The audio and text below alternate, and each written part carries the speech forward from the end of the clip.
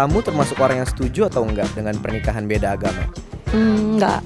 Enggak, karena di keluarga gue mungkin udah diajarkan yang namanya pernikahan agama itu nggak boleh, jadi kayak Aduh, enggak. Berat banget menurut gue. Janganlah. ya udah nggak boleh, itu nggak setuju. Gue sebenarnya nggak setuju. Ya gue aja pacaran beda agama gimana?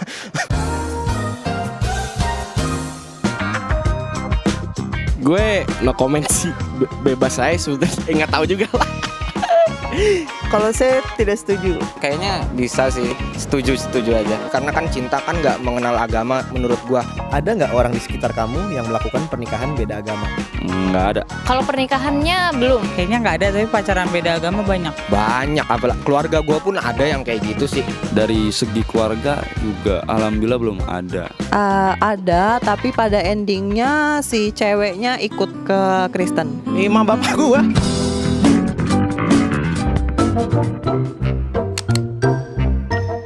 Kenapa di Indonesia pernikahan beda agama termasuk hal yang tabu? Dianggap tabu, emang iya. Di Indonesia itu kan mayoritas Islam, jadi kayak ya itu hal yang tabu gitu, karena itu nggak dibolehin gitu. Dianggap tabu ya karena bukan kulturnya di Indonesia. Maksudnya Indonesia sendiri kan kebanyakan mayoritas Muslim. Karena biasanya di Indonesia tuh nikahnya ya satu agama. Jadinya kalau beda agama ya tabu. Jadi kayak pernikahan beda agama tuh kayak nggak disetujui banget. Kayaknya minimnya pengetahuan agama dan sangat tingginya rasa kebucinan mereka. Mungkin dilihat dari sisi mayoritas agama di Indonesia kali ya. Dan juga kan pertama-tama dulu sebelum diubah Pancasila ayat pertama itu menjadi ketuhanan Maha Esa kan, kalau nggak salah langsung to the point ke Muslim gitu kan. Nah, tadi pertanyaan gimana?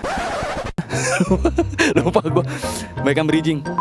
Masyarakat kita cenderung masih religius, yang masih ngikutin hal-hal yang cenderung tertulis di dalam kitab dan menjadi sebagai suatu kayak pedoman yang turun-menurun lah. Seakan-akan agama itu hal yang saklek. Oke, secara hukum mungkin benar gitu ya. Mungkin kita lebih ke persetujuan pribadi antar pribadi. Kalau mereka sama-sama setuju nggak ada masalah, nggak merugikan orang lain, keluarga besarnya setuju, lu Tuhan gitu mau ngelarang mereka. Menurut kamu di Indonesia pernikahan beda agama diperbolehkan nggak? Secara hukum kayaknya nggak boleh nggak sih? Enggak. Seharusnya enggak sih. Boleh. Setahu saya belum ada hukum yang membolehkan pernikahan beda agama sih. Kayaknya boleh deh. Sempet kok kemarin kayaknya staf khusus presiden. Seingat gue pernah baca boleh sih. Ya kalau memang banyak orang yang melakukan hal itu kayak diperbolehkan mungkin ya. Kayaknya enggak deh. Nggak tahu. Kayaknya enggak. Ya menurut gue sih boleh-boleh aja ya secara hukum ya. Bisa kali ya kalau disah secara negara mah gitu kan. Negara pun bisa deh, gitu deh. Salam hormat, jumpa lagi dengan saya Johnson Panjaitan. Kali ini kita akan bicara mengenai isu perkawinan beda agama. Teman-teman sekalian, biasanya perkawinan itu acara yang selain juga sakral, juga biasanya meriah, penuh kegembiraan dan pesta. Kalau mau ngomong prosedur, biasanya orang kawin itu soal besar atau kecil itu tergantung pada kebutuhan dan kemampuan masing-masing. Biasanya dia melakukannya 3 hal sekaligus, ya. Walaupun kadang-kadang ada juga yang 4 sekaligus. Maksudnya apa? Misalnya orang seperti saya, ya, minimal dari suku Batak yang Kristen. Yang pertama, saya melakukan itu berdasarkan hukum adat Batak. Kemudian juga ada hukum gereja. Ya kalau di Islam ya pasti dia akan melakukan dengan hukum Islam. Selain itu juga dia melakukan hukum negara karena harus dicatatkan di catatan sipil. Anda bisa bayangkan betapa sakralnya perkawinan itu di Indonesia. Karena secara budaya, secara adat, dan secara negara harus dilakukan secara bersama-sama. Itulah kesempurnaan perkawinan. Biasanya yang keempat ini ya gimmick-gimmick lah. Kalau Anda punya duit banyak ya Anda bisa 3 hari 3 malam. Bahkan bisa 4-5 episode begitu. Yang ini ada yang sekarang istilahnya ada yang pranikah apa segala macam. Tapi itu gimmick. Tapi secara substansi sebenarnya 3 itu yang penting dan pokok yang harus dilakukan. Nah pertanyaannya, apakah praktek-praktek seperti itu bisa dilakukan dalam kondisi beda agama? Prakteknya terjadi ada di Indonesia dan banyak terjadi. Nah sayangnya perkawinan beda agama ini kadang-kadang bisa menjadi sensitif. Kenapa jadi sensitif? Karena ada orang-orang tertentu yang memandang perkawinan ini tidak netral. Seolah-olah ini ada soal bajak-membajak, yang ini mau mengagamakan ini, yang ini mau mengagamakan itu karena perkawinan. Padahal sebenarnya perkawinan itu pertemuan dua insan manusia yang bisa saja dia sama agamanya, bisa juga beda, yang bertemu dalam ikatan kasih ingin membangun sebuah rumah tangga.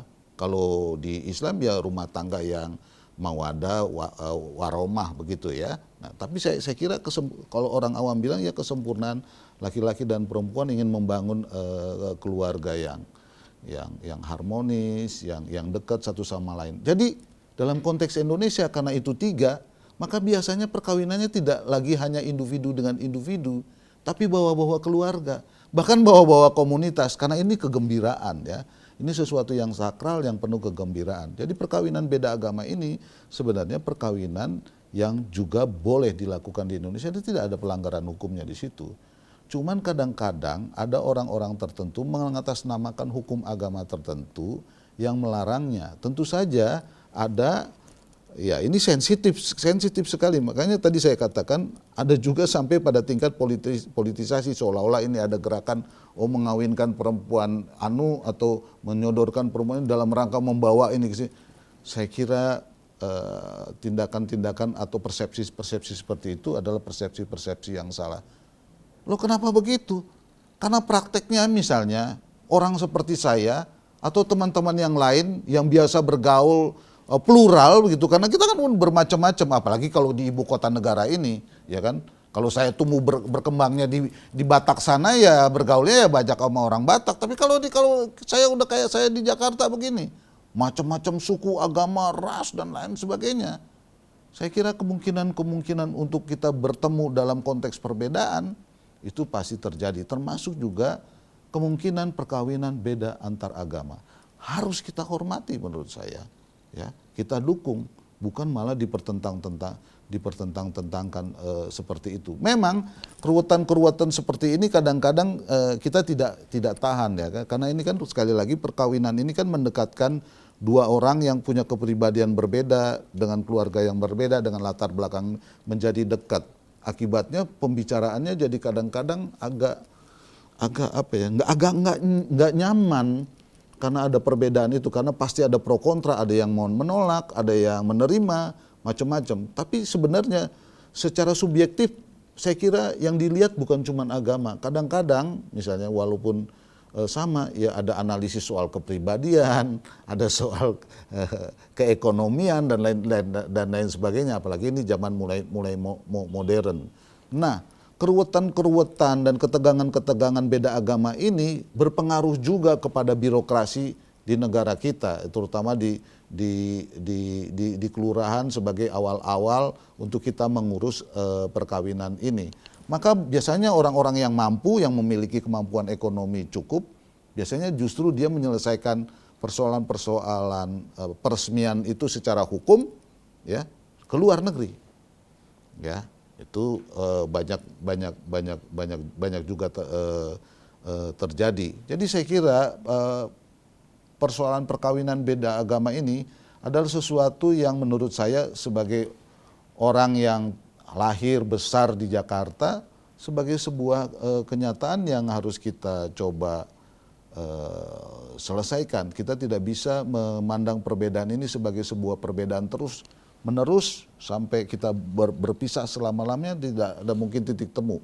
Karena ternyata rahmat Tuhan dalam bentuk cinta dan kasih dan semangat untuk membangun keluarga itu juga ada dalam hati masing-masing. Tinggal persoalannya adalah apakah Anda mau konsisten untuk kawin dengan satu agama saja atau Anda memilih untuk bertemu. Tapi sekali lagi niatnya itu sebenarnya baik.